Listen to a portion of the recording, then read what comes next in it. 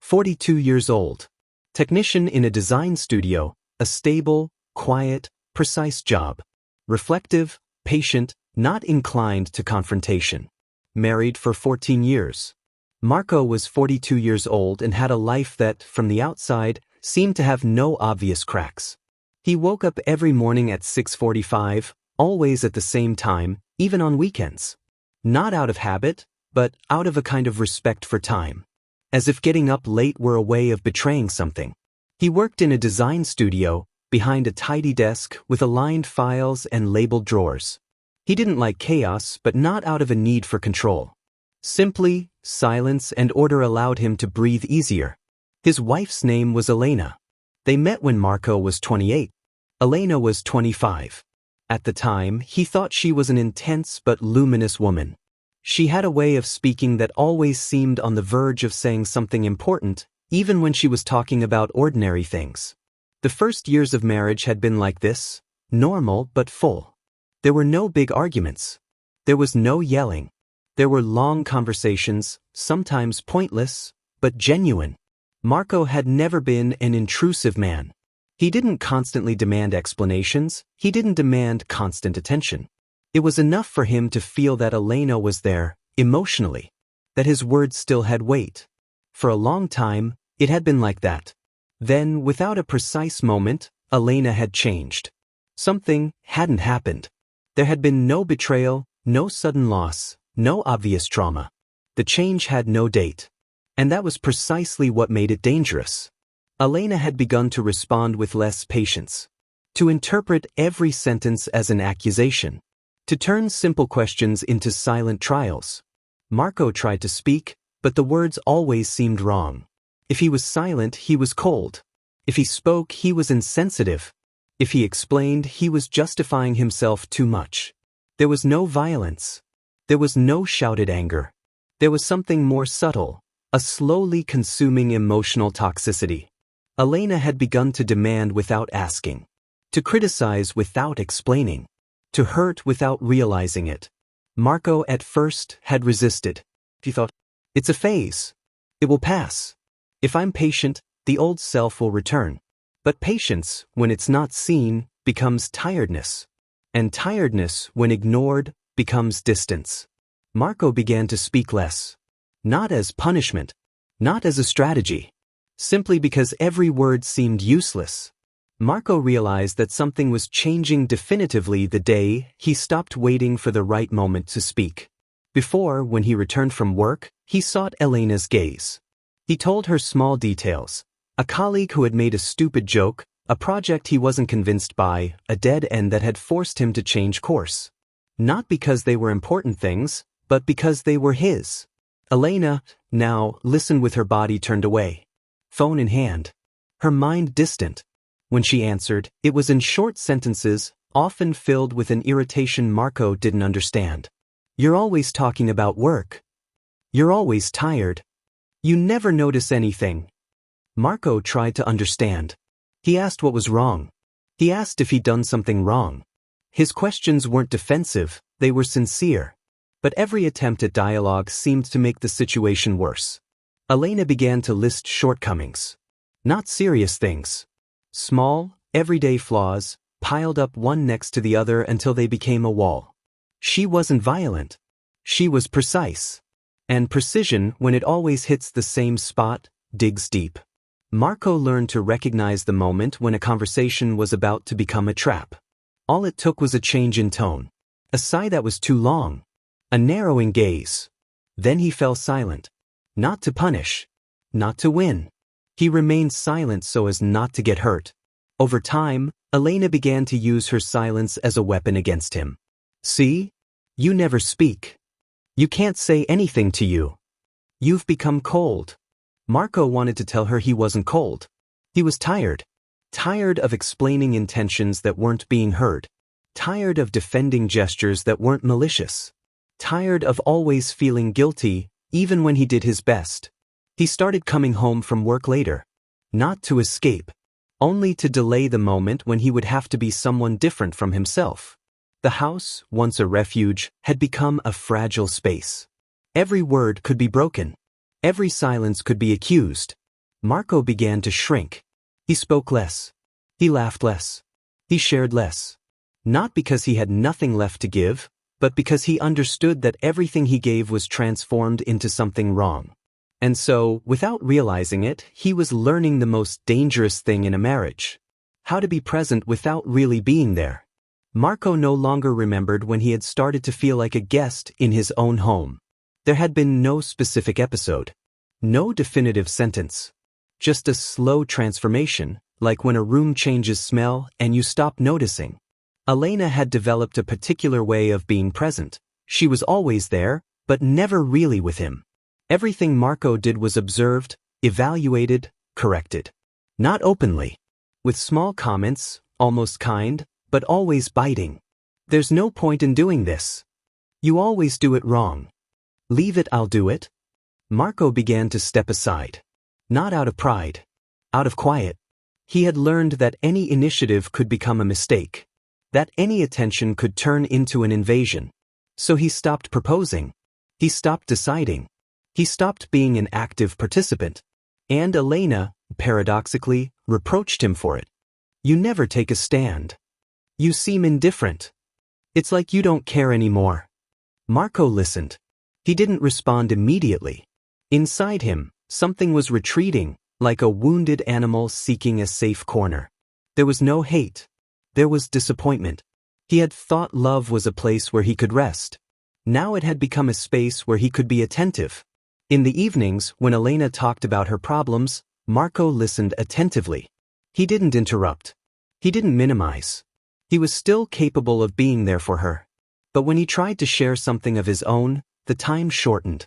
The responses became distracted. Marco began to keep everything inside. The sentences he didn't say piled up. The thoughts he didn't share became heavy. But, strangely, they no longer hurt as much as before. They were turning into distance. One evening, while they were sitting on the couch, Elena said to him, "You seem like a different person." Marco nodded. Not because he agreed, but because it was true. He was no longer the man who tried to be understood. He had become the man who tried not to be hurt. He began to sleep less. He woke up early, left the house in silence. He didn't leave notes. He didn't send messages. Not to punish Elena. Because he no longer felt the need to explain himself. The cold didn't arrive suddenly. It came like a blanket over his emotions. It dulled everything. Even the pain. And Marco, without knowing it, was doing the thing that would change everything. He was stopping fighting to stay. Marco didn't decide to become cold. He simply stopped warming up. It happened almost imperceptibly. One day he realized that, during an argument, his heart no longer raced. Elena's words reached him, but they didn't leave a deep impression. They slipped away, like water over a now smooth surface. Elena spoke, explained, accused without raising her voice. She had become adept at striking without making any noise. And Marco, for the first time, didn't feel the need to defend himself.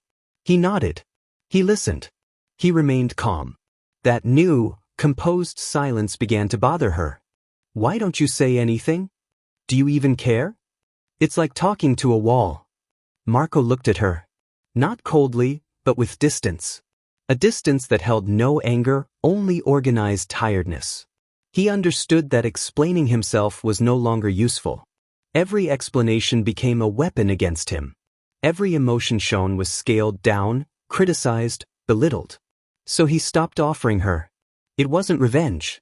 It was survival. The house filled with long silences. Not tense. Emptiness. Marco continued to do everything he did before. He worked, paid the bills, cooked when needed. He was present, functional. But emotionally, he was elsewhere. Elena began to feel it. She tried to provoke him, sometimes. Not with shouts, but with targeted phrases. Do you remember when you were different? At least you used to react. Now you seem dull. Marco listened. And for the first time, he didn't feel the need to go back to his former self. He'd understood something simple and painful. You can't stay warm in a place that cools you down every day. At night, he tossed and turned in bed without looking for her. Not out of contempt. Because his body had learned not to ask anymore. Elena began to miss something she couldn't name. It wasn't love, not yet. It was control. It was reaction. It was the confirmation that Marco was still there, fighting. But Marco wasn't fighting anymore. And when a person stops fighting, they're often already very far away. Marco discovered that you can disappear even by staying in the same place. All you have to do is stop taking up emotional space. His days became regular, almost flawless. He woke up, worked, came home. No distractions, no detours. Elena could have described his every habit, his every gesture. Yet she couldn't have said where he really was. They spoke only when necessary. Functional sentences. Weightless words. Did you get the bread? I'll be back late tomorrow. The bill's paid. Marco always answered. Politely. Calmly. There was no rancor in his voice. And that was precisely what made everything more disturbing. Elena tried to fill the void with sudden questions. What are you thinking about? Are you happy? Do you still care about us? Marco wasn't lying. He simply wasn't telling everything. I'm fine. I'm tired. It's been a while. They weren't lies. They were incomplete sentences. Like him. Inside, Marco had stopped imagining a future with her. Not because he'd decided to, but because it no longer came naturally to him. Tomorrow had become a neutral concept, unshared. He no longer fantasized about trips, plans, changes. He only thought about how to get through the days without getting hurt. Elena began to feel excluded by something she couldn't see. She tried to get closer, but she did it the way she knew how, with control, with requests, with observations. You don't look at me like before. You're always distant. You make me feel alone. Marco looked at her then, with a firm, calm gaze. And nothing happened inside him. He understood that love hadn't ended in an explosion. It had been consumed in silence. Marco's coldness wasn't harshness. It was an absence of need. And when a person no longer needs to be understood, loved, or validated, they're already halfway to the exit. Elena, for the first time, was afraid. Not of losing him. Of never being able to reach him again. Marco and Elena lived in the same house like two people sharing a hallway, not a life. The objects remained the same, the rooms hadn't changed, but the air had. It had become colder, more neutral. No one warmed it anymore. Marco had begun to move carefully, as if every gesture should leave as few traces as possible. He arranged his things in small spaces. A drawer. A shelf. A corner of the closet. He didn't do it consciously. His body was preparing for his absence even before his mind. Elena observed him. He didn't say much, but he accumulated. Every silence became an unanswered question. He tried to change his attitude. To be kinder. To show himself vulnerable. But vulnerability, when it comes too late, often finds no place to lean on. Marco listened to this too. He didn't push away. He didn't hug. He was polite, present, but distant. Like someone who has already said goodbye inside themselves. At night they slept on the same side of the bed, but without looking for each other. There was no tension.